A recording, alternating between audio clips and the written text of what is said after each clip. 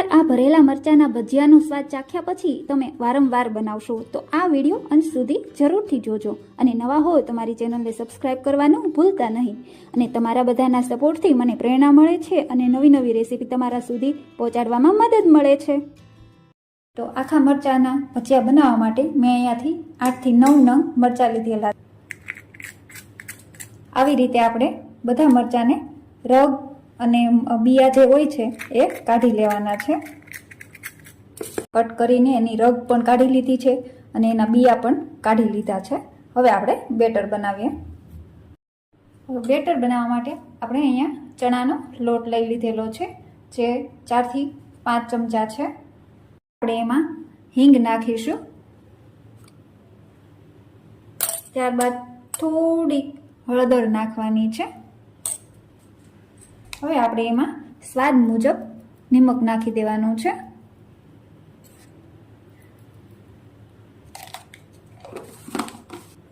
હવે એને આપણે પાણી એડ કરતા જઈએ અને મિક્સ કરતા જઈએ।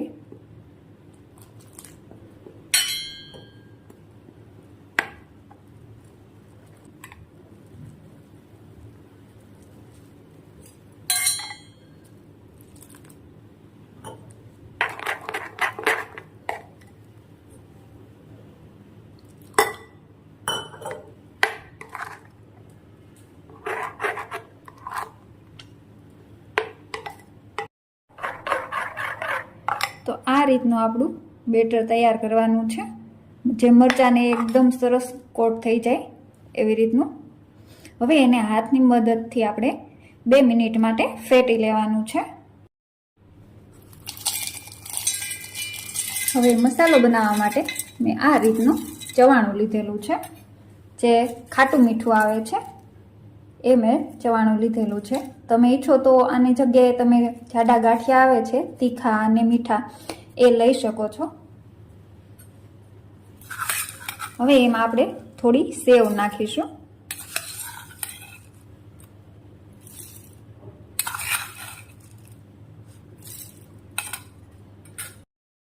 હવે આપણે એમાં ગરમ મસાલો નાખવાનો છે, થોડો ગરમ મસાલો,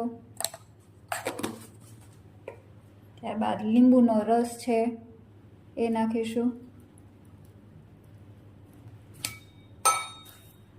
ખાંડ લીધેલી છે, ખાંડ નાખવાની છે આપણે એમાં, તમે સ્કીપ પણ કરી શકો છો। હવે તમારે વધારે તીખું કરવું હોય તો તમે એ પ્રમાણે ચટણી લઈ શકો છો, મેં 1 ચમચી જેટલી લીધેલી છે। હવે આમાં આપણે થોડુંક નમક નાખવાનું છે, કારણ કે સેવમાં પણ નિમક છે અને ચવાણામાં પણ છે, એટલે થોડુંક જ નાખવાનું છે આપણે। હવે આને આપણે મિક્સરમાં ક્રશ કરી લઈશું। તો આપણો મસાલો જે છે એ પીસાઈને તૈયાર થઈ ગયો છે, તમે જોઈ શકો છો। આવી રીતે આપણે એને પીસી લેવાનો છે।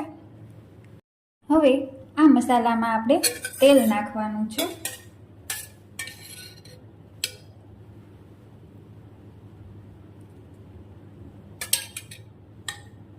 બે ચમચી જેટલું આપણે તેલ નાખીશું, પછી એને મિક્સ કરી દઈશું।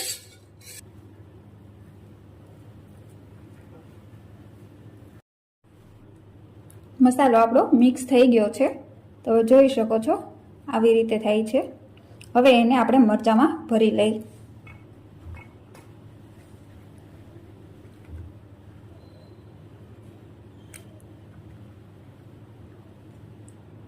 મરચાંમાં આવી રીતે આપણે દબાવીને ભરી લેવાનું છે।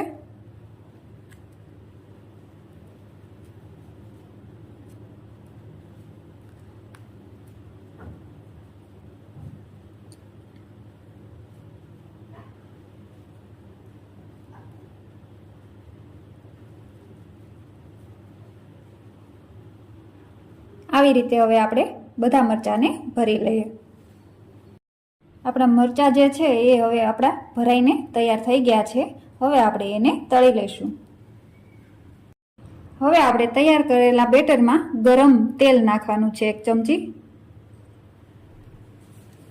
પછી આપણે એને હવે આપણે મિક્સ કરી દઈએ।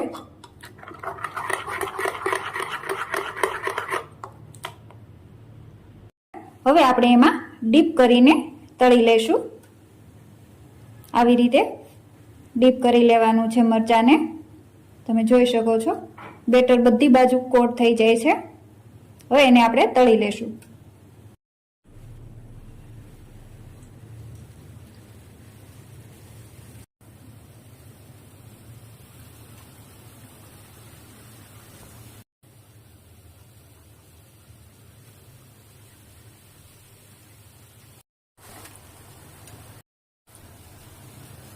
હવે આપણે થોડાક લાલ થાય એટલે આપણે એને કાઢી લઈશું।